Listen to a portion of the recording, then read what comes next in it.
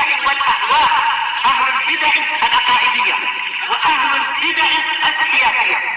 نقول بيننا وبينكم السلف، بيننا وبينكم الكتب. بسم الله الرحمن الرحيم.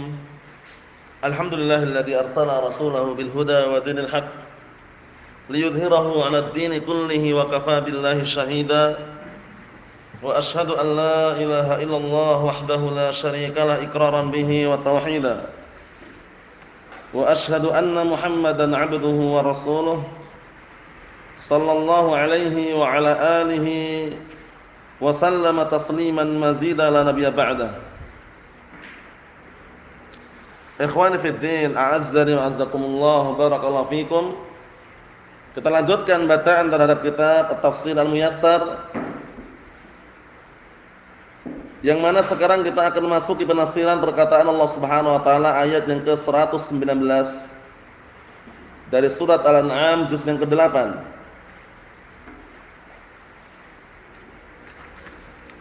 Masih ada kaitannya dengan kisah yang kemarin kita baca, yaitu kisah Banu Israil atau yang semisal mereka. Perhatikan baik-baik, simak barakallahu fikum. Qala Allah Ta'ala menyatakan, "Wa ma lakum alla ta'kulu mimma dzukira ismullahi 'alaihi wa qad fassala lakum ma harrama 'alaikum illa ma turirtum ilaihi. Wa inna katsiran lanyudilluna bi ahwa'ihim bighairi 'ilm. Inna rabbaka huwa a'lamu bil mu'tadin." Perhatikan baik-baik dalam ayat yang mulia ini. Allah Subhanahu wa taala menyatakan, kenapa kalian tidak mau makan sesembelihan yang disebutkan padanya nama Allah, dan sungguh Allah Ta'ala telah merinci kepada kalian apa yang Allah Ta'ala haramkan atas kalian, kecuali yang kalian dalam kondisi terpaksa. Maksudnya bagaimana? Maksudnya perkara yang diharamkan jelas, tapi kalau kondisinya terpaksa, sesuatu yang haram tersebut jadi halal. Paham ya? Diperbolehkan. Contohnya bangkai haram, darah haram, tapi kalau terpaksa kondisinya jadi halal. Paham ya? Hal ini juga yang dikuatkan oleh para ulama, disebutkan dalam kaidah-kaidah fikih mereka. Semula sesuatu yang haram jadi halal ketika dalam kondisi terpaksa. Ya kan?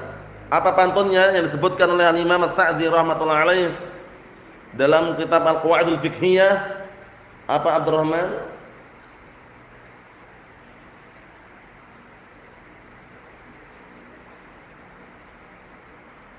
Ayo, Abdullah. Ayo. Dalam Qawaidul Fiqhiyah sebutkan pantunnya, apa pantunnya? Sesuatu yang keras. Pantunnya apa pantunnya?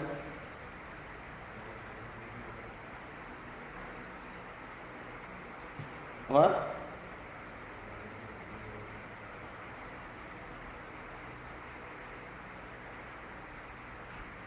Ada satu pasang itu, sebutkan.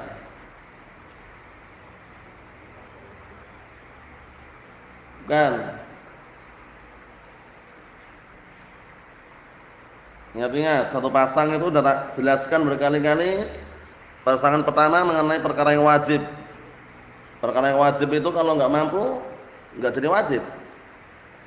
Perkara yang semula haram, tapi kalau darurat jadi diperbolehkan. Ayo, udah ingat belum?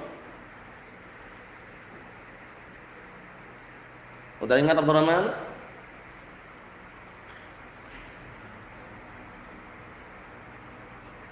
Naam, itu jangan lupa, itu satu paket itu. Mengenai perkara yang wajib itu kalau sudah enggak mampu, nah barakallahu fikum, maka tidak diwajibkan lagi dan menempuh cara yang dia mampu. Kemudian perkara yang semula haram tapi kalau terpaksa maka tidak diharamkan, diperbolehkan sesuai dengan kadar keterpaksaannya. Enggak boleh lebih dari itu. Apa pantunnya? Wa laisa wajibun bilaktidari wala muharramun ma'attirari. Sering tak ulang-ulang itu ya. Wa laisa wajibun bilaktidari. Tidak ada perkara yang wajib kalau dia enggak mampu. Enggak mampu dengan berdiri salat wajib, dengan apa? Duduk. Kan itu. Enggak dipaksakan. Enggak mampu dengan duduk, dengan berbaring, enggak dipaksakan. Paham ya, semampunya. Kemudian apa? Wala muharramun ma'attirari. Tidak ada perkara yang diharamkan bersamaan adanya darurat. Perkara darurat jangan bermudah-mudahan. Makna darurat itu para ulama telah menjelaskan di antara makna ad-darurah darurat adalah yukhsha 'alaihil halak. Dikhawatirkan kalau dia tidak melakukan akan binasa, akan mati, itu namanya darurat. Paham ya? Itu namanya darurat. Jadi yukhsha 'alaihi al-halak. Dikhawatirkan padanya apa? Kebinasaan. Dikhawatirkan kepadanya kesirnaan. Jadi kalau dia enggak melakukan mati, itu darurat. Tapi kalau masih ada solusi yang lain, bukan darurat. Jadi banyak orang menggunakan lafaz ini darurat ini darurat. Hati-hati, darurat yang mana? Paham ya? Contohnya gini, di tengah hutan barakallahu fikum ada di situ binatang-binatang atau daging-daging yang lain. Kemudian nemu bangkai kambing lah taruhlah, atau bangkai hewan yang ada di hutan itulah. Ada solusi yang lain, makanan yang lain, dia nggak boleh makan bangkai tadi itu. Karena belum darurat, dia bisa makan yang lain gitu loh. Tapi kalau kondisinya nggak ada makanan sama sekali kecuali ada bangkai itu, kalau dia nggak makan bangkai mati, darurat. Paham ya? Yang semula haram jadi halal. Paham maksudnya? Nah, barakallahu fikum. Kalau kaidah fikihnya apa kaidah fikihnya? Kaidah fikihnya apa? Ad-darurah tubihu al-mahdhurah. Perkara darurat itu memperbolehkan perkara yang diharamkan karena darurat. Mafhum insyaallah? Contohnya, seseorang dia punya istri mau melakukan persalinan. Kondisinya di kampung itu enggak ada dokter yang bisa mampu membantu melahirkan kecuali laki-laki. Dicari di mana-mana enggak ada. Paham ya? Kalaupun ada jauh sehingga enggak memungkinkan untuk dilahirkan di tempat yang perempuan tersebut, di bidan perempuan. Maka saat itu dia diperbolehkan karena darurat. Paham ya? Walaupun yang menangani laki-laki. Kalau seandainya enggak memungkinkan untuk menuju kepada bidan yang perempuan tadi itu. Paham ya? Wa illa pada asalnya mencari dulu. Mencari ya dapat bidan, nah udah gitu. Paham ya? Tapi kalau kondisinya darurat enggak dapat lagi, masuk dalam kategori darurat. Paham ya? Seperti itu. Jadi makna darurat itu jangan dimaknakan dengan makna yang sembarangan. Karena kalau dimaknakan sembarangan banyak orang yang akhirnya bermudah-mudahan berdalilkan dengan daruratnya darurat ini. Kita dakwah kalau nggak pakai gambar nggak bisa, darurat ini katanya. Mana daruratnya? Orang kalau berdakwah tanpa gambar mati nggak? Orang kalau berdakwah tanpa gambar mati nggak Pak? Mati nggak orangnya? Nggak mati dan masih bisa tersebar, ya nggak? Jadi darurat itu jangan sembarangan. Karena nyimpan uang di bank darurat Ustaz. Berapa uangnya? 250.000. Allah Ustaz, mana daruratnya? 250.000 taruh kantong selesai, ya nggak? Dengan arahan darurat akhirnya nyimpan uang di bank. Cuma uangnya 250.000. Paham ya? 5M itu pun masih bisa diatasi. Paham ya? Dikondisikan dengan cara yang lebih aman, lebih syar'i, ya kan? Apa kondisinya? Jadi perkara darurat itu kalau sudah tidak bisa menempuh cara yang lain, kalau masih ada solusi yang lain yang bisa ditempuh, itu bukan darurat. Paham ya? Contohnya orang nyimpan uang di bank. Itu kan para ulama sebagian membolehkan kalau darurat. Paham ya? Kalau darurat. Nah, ketika dikasih solusi yang lain yang bisa menutup darurat tersebut tanpa harus mengarah kepada perkara darurat, lakukan. Dibelikan apa kemarin contohnya? Dibelikan tanah yang strategis. Sertifikatkan. Aman insyaallah. Tanah itu kalau ke depannya insyaallah harganya naik terus insyaallah. Kalau tempatnya strategis. Uang 5M pun belikan tanah pun dapat berapa? Ya kan? Yang kedua, kalau mau disimpan di rumah, belikan emas batangan. Emas batangan satu kotak gini mungkin 1M. Tergantung beratnya. Paham ya? Jadi tinggal dikondisikan. Simpan tempat rahasia aman dah. Enggak nyimpan di bank. Paham ya? Kenapa? Karena perkara darurat itu bukan berarti bermudah-mudahan. Mencari solusi dulu yang terbaik, ketika enggak dapat barulah darurat itu loh. Paham ya? Tempuh dulu solusinya, baru mengatakan darurat. Jangan belum menempuh solusinya sudah bilang darurat. Kita lihat lagi ayatnya. Wa inna katsiran la yadilluna bi ahwa'ihim bighairi ilm. Karena sungguhnya kebanyakan manusia mereka menyesatkan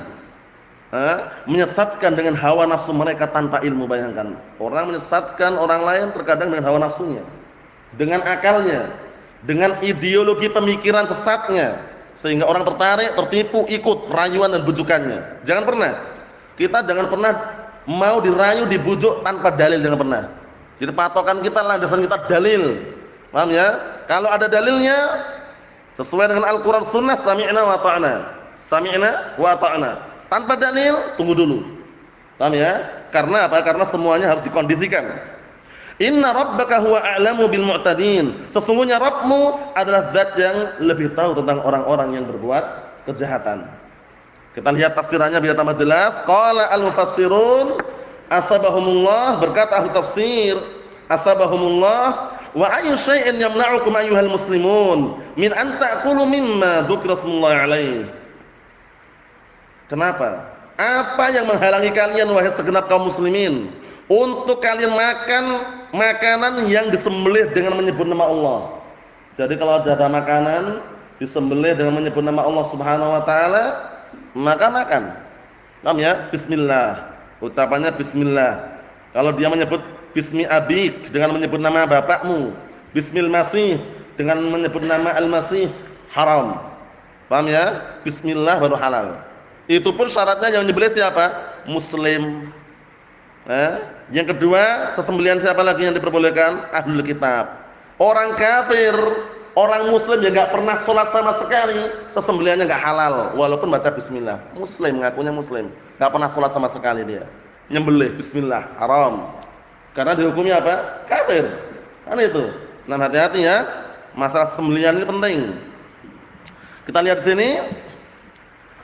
Waqad bayyana Allah Subhanahu wa ta'ala lakum jami'a ma harrama 'alaikum. Dan sungguh Allah Ta'ala telah menjelaskan kepada kalian semua yang diharamkan atas kalian. Jadi perkara haram sudah jelas. Innal halala bayyinun wa innal harama bayyinun. Sesungguhnya yang halal itu jelas dan yang haram itu pun juga jelas. Antara yang halal dan haram ada perkara apa? Syubhat. Wa bainahuma umurun mustabihat la ya'lamuhunna katsirun minan nas. Artinya apa? Antara halal dan haram itu ada perkara syubhat, perkara samar yang kebanyakan manusia tidak mengetahuinya. Nah, kalau perkaranya samar, tidak jelas halal haramnya, solusi yang terbaik bagaimana? Menjerumuskan diri pada perkara yang samar tersebut atau menjauhkan diri kita? Menjauhkan diri kita dari perkara yang meragukan, perkara yang samar, belum jelas. Jangan malah antum masuk ke situ. Karena kalau antum masuk pada perkara yang samar ini, dikhawatirkan masuk dalam perkara yang haram. Paham ya? Pernah kita lihat di hadisnya siapa itu? Nu'man bin Bashir, muttafaqun alaih, dipermisalkan seperti orang yang mengembala di kawasan orang lain, pekarangan orang lain. Cepat atau lambat itu nanti dia akan masuk ke pekarangan juga. Karena pekarangan orang lain itu kan hijau, rumputnya banyak. Nah, kambingnya tertarik. Ujung-ujungnya kambingnya masuk ke pekarangan orang lain, makan rumputnya orang lain. Haram enggak? Haram. Awal mulanya cuma di pinggiran ya, pinggiran santai ini. Pinggiran apa pekarangan orang lain. Lama-lama kan tertarik kambing-kambing tadi itu. Akhirnya masuklah kepada pekarangan orang lain, makan rumput situ. Makan rumput orang lain, haram enggak? Haram, syubhat. Berarti kalau kita misalkan mengembala ya jauh dari pekarangan orang lain sehingga yang dimakan pun bukan milik orang lain. Mahum salah ya? Ayo. Kita lihat lagi. Lakin ma da'at ilaihi darurah bisababil maja'ah, penting ini. Akan tetapi sesuatu yang mendatangkan atau sesuatu yang menuntut padanya perkara darurat disebabkan karena lapar, ini penting ini ya. Darurat yang paling tinggi di antara lapar ini. Kalau orang lapar, itu kalau enggak segera ditopang, enggak segera dikondisikan mungkin meninggal. Ya enggak? Kan banyak orang meninggal karena kelaparan, ya enggak? Maja'ah itu kelaparan, rasa lapar. Paham ya? Nah, barakallahu fikum, mimma huwa muharramun 'alaikum kal maitah, masyaallah. Tapi kalau keadaannya darurat disebabkan karena lapar, dari apa-apa yang itu diharamkan atas kalian seperti bangkai jadi halal. Wa laysa wajibun bilaktidari wala muharramun ma'at tirari. Dihafal itu ya, sering muncul. Kalau nanti belum dapat faedahnya tanya sama yang lainnya. Walaisa wajibun bilaktidari wala muharramun ma'attirari. Disebut oleh siapa? Al-Imam As-Sa'di dalam kitab Al-Qawaidul Fiqhiyah. Nanti insyaallah kapan-kapan antum pelajari setelah usul min usul insyaallah. Dihafalkan matanya, bagus sekali itu. Walaisa wajibun bilaktidari. Kalau karena aku enggak ada kewajiban di situ. Semampunya maksudnya. Kemudian apa? Wala muharramun ma'attirari. Tidak ada yang diharamkan bersamaan dengan darurat. Tapi perkara darurat ini, perkara yang haram tersebut diperbolehkan sesuai dengan kadar daruratnya. Sesuai dengan kadar daruratnya, enggak boleh lebih dari itu. Dilanjutkan pantun yang berikutnya apa? Sesuai kadar daruratnya apa?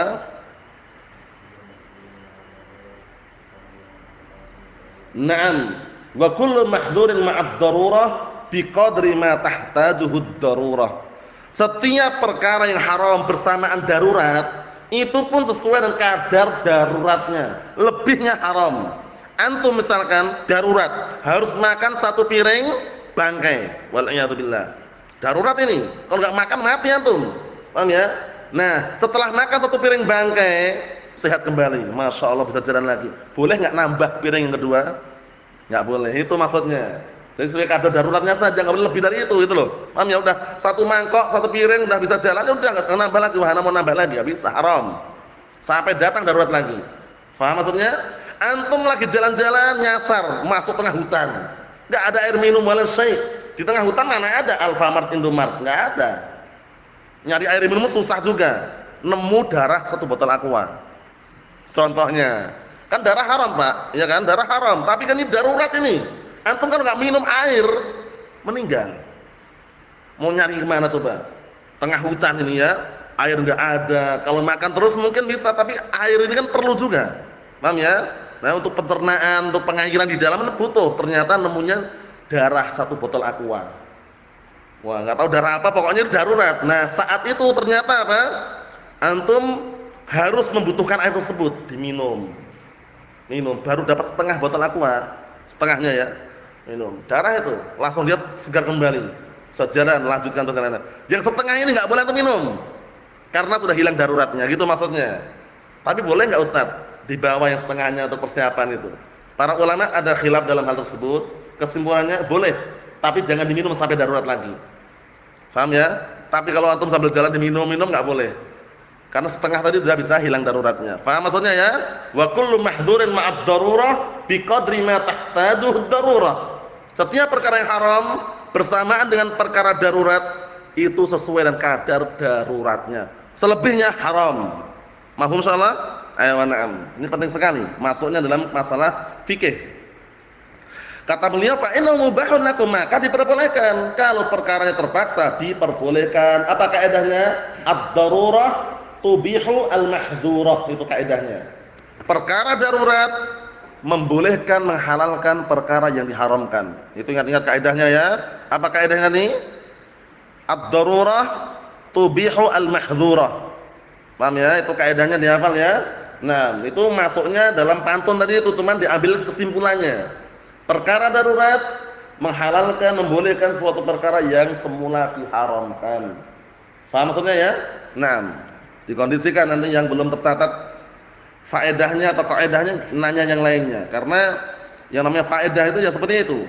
Al-yauma syai'un wa ghadan misluhu. Hari ini sedikit, besok semisalnya, lama-lama banyak, gitu loh. Ya kan? Nah, seperti orang nabung, nyelengi, itu kan sedikit, lama-lama kan penuh juga celengannya. Iya enggak? Tempat nabung kan penuh juga. Karena apa? Ditabung, disimpan. Faedah juga sama seperti itu. Jadi kalau misalkan kira-kira perlu dicatat, perlu dikondisikan, kondisikan. Kita lihat lagi. Wa inna katsiran minadh-dhalin la yudilluna 'an sabilillah asya'ahum fi tahlilil haram wa tahrimil halal bi ahwa'ihim, Allahul musta'an. Kata beliau, al-mufassirun asbahumullah, dan sesungguhnya kebanyakan orang-orang yang sesat, mereka hendak menyesatkan dari jalan Allah Ta'ala kelompok-kelompok mereka. Paham ya? Jadi ingin menyesatkan yang lain. Sudah sesat, pengennya menyesatkan orang lain juga. Dalam hal apa? Menghalalkan yang haram, mengharamkan yang halal. dengan hawa nafsu mereka. Sudah tahu khamr memabukkan, dibilang ini minuman penyejuk hati katanya. Wah, syubhat itu, minum penyejuk hati gimana? Kalau antum minum ini sejuk hatimu, paham ya? Kalau antum minum hangat badannya katanya, paham ya? Syubhat, paham ya? Hangat gimana haram, paham ya? Itu syubhat itu seperti itu ya. Nah itu, jadi udah tahu itu haram, dipoles, dibungkus, nampaknya halal ini, paham ya? Nah, sudah tahu mereka itu sesat, ingin menyesatkan orang lain dengan apa? Menghalalkan yang haram, mengharamkan yang halal dengan hawa nafsu mereka. Kalau di bahasa Arab sana dibilang surbur ruhi, minuman yang bisa menyejukkan hati katanya. Padahal khamr. Orang kan tertarik, minuman penyejuk hati itu apa? Khamr, haram. Paham ya? Allahul musta'an. Kita lihat lagi. Perhatikan baik-baik. Disebutkan sini jahlan minhum. Ini semuanya munculnya karena kebodohan yang muncul dari mereka. Inna rabbaka ayyuhar rasul huwa a'lam biman tajawaza haddah fi dzalik. Sesungguhnya Rabbmu wahai Rasul, dialah zat yang lebih tahu tentang orang yang melampaui batasannya dalam hal tersebut. Wa huwal ladzi yatawalla hisabahu wa jazaa'ah. Dialah zat yang akan mengurusi perhitungan amalan mereka dan juga membalasinya. Paham ya? Jadi semua perhitungan amalan dan balasannya Allah Ta'ala yang mengetahui. Paham ya? Allah Subhanahu Wa Ta'ala yang mengetahui. Jadi kaidah tadi, ingat ya kaidah tadi. Kita ambil satu ayat ini di sini, baru satu ayat sudah ada kaidah. Berapa tadi? Kaidah yang penting pertama ad-darurah tubihul mahdhurah. Perkara darurat menghalalkan perkara yang diharamkan. Itu pun apa? Dengan kaidah berikutnya. Apa? Perkara darurat sesuai dengan kadar daruratnya. Enggak boleh lebih dari itu. Mohon insyaallah. Ayo na'am barakallahu fikum. Kita lanjutkan yang berikutnya. Qala Allah Ta'ala menyatakan wa daru dhahiral ismi wa batinah innal ladzina yaksibunal isma sayuzzawna bima kanu yaqtarifun. Tinggalkanlah dosa-dosa yang nampak maupun yang tersembunyi. Dosa yang nampak dan yang tersembunyi tinggalkan. Jangan sampai kita melakukan perbuatan dosa yang tersembunyi. Wal a'yadu billah. Kadang-kala kita enggak terasa sembunyi-sembunyi berbuat dosa. Paham ya? Semoga kita diamankan, dilindungi dari hal yang tersebut.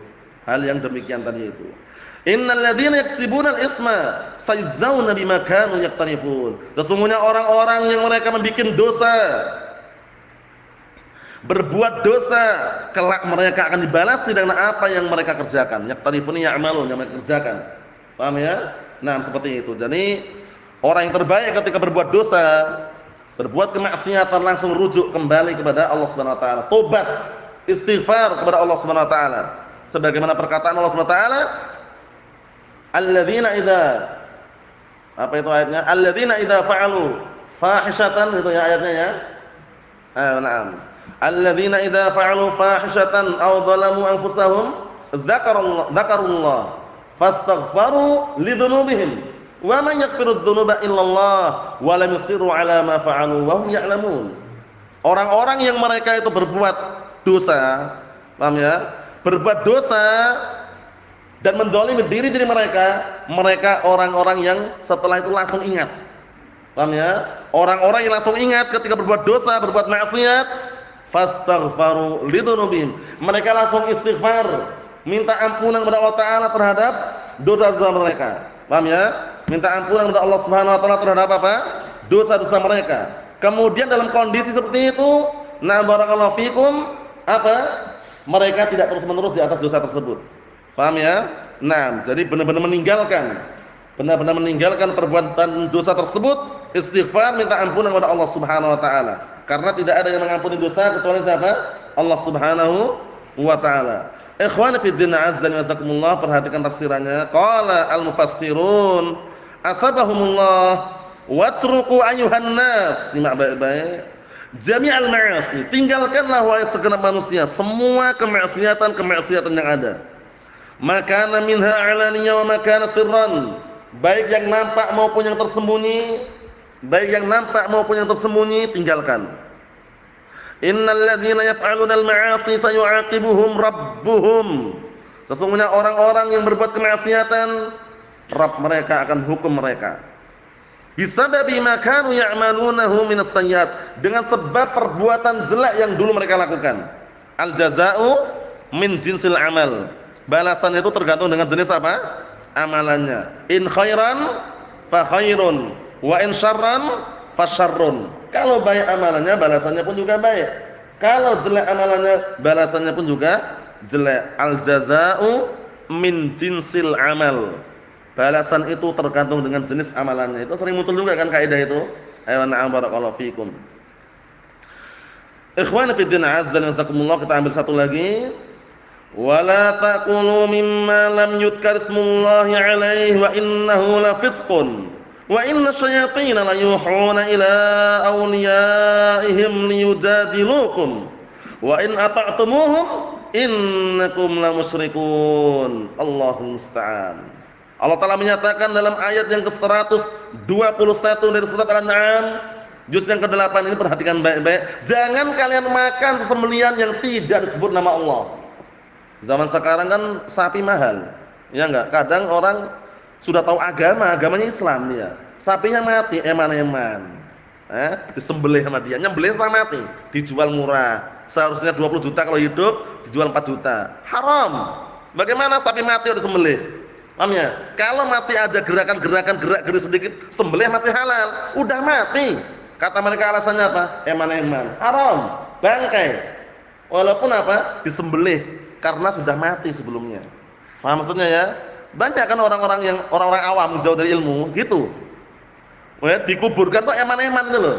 Jadi mending sembelih, dijual dagingnya masih seger, tapi kan mati sapinya sebelum sembelih. Haram walaupun 4 juta. Paham ya? Lalu terus bagaimana solusinya? Ya, dikuburkan. Karena ada seperti itu. Anak pernah jumpai itu ya, Allah musta'an.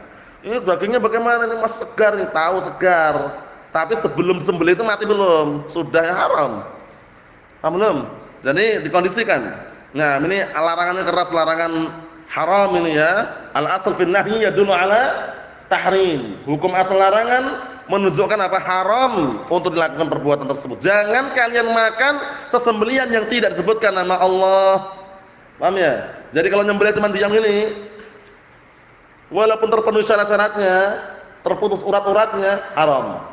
Paham ya? Atau dia mengucapkan bismi Mbah Fulan misalkan, dengan menyebut nama Mbah Fulan, sembelih. Paham ya? Mati hewannya. Halal atau haram? Haram, karena tidak menyebut nama Allah. Bismillah. Paham ya? Nyembelih ayam, bismillah. Nyembelih kelinci pun bismillah. Paham ya? Nyembelih kambing, bismillah. Nah, kalau tidak baca bismillah, haram. Paham ya? Haram untuk dimakan. Bagus sekali ayatnya ini ya. Ayo. Karena sesungguhnya itu adalah kefasikan, keluar dari ketaatan Allah Ta'ala. Wa inna syayatina la yuhuna ila awliyaihim liyujadilukum. Dan sesungguhnya setan, para setan, mereka saling mewahyukan, saling menyampaikan kabar kepada teman-teman mereka sendiri untuk mendebat kalian. Wa in ata'tumuhum innakum lamusyrikun. Kalau kalian taat kepada mereka, pada siapa? Taat kepada para setan, niscaya kalian termasuk orang-orang yang berbuat kesyirikan. Perhatikan baik-baik ini.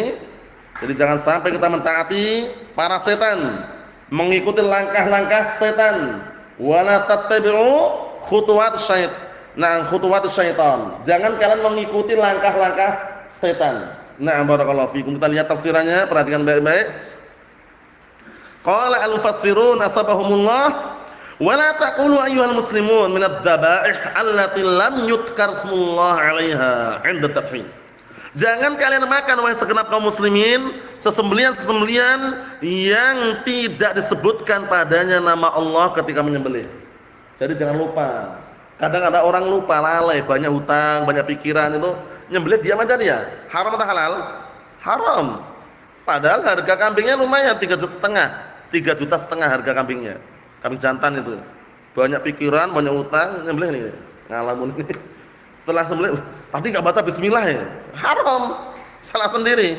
Paham ya? Seharusnya bismillah, ingat. Paham ya? Seperti itu. Karena ini penting ya. Perkara ini perkara yang penting. Kadang orang kan gitu. Lalai. Kal maitah seperti bangkai. Nah, barakallahu fikum. Bangkai itu walaupun taruhlah awal mulanya hidup, hewannya hewan sembelihan, tapi bunuhnya bukan dengan cara sembelih. Bunuhnya dengan cara apa? Dipukul kepalanya pakai kayu. Bismillah. Kena kepalanya, jatuh, geblak, mati sapinya. Halal atau haram? Padahal baca bismillah padahal. Karena membunuhnya tidak dengan cara syar'i. Seharusnya hewan sembelihan lewat jalurnya sembelih juga. Paham belum?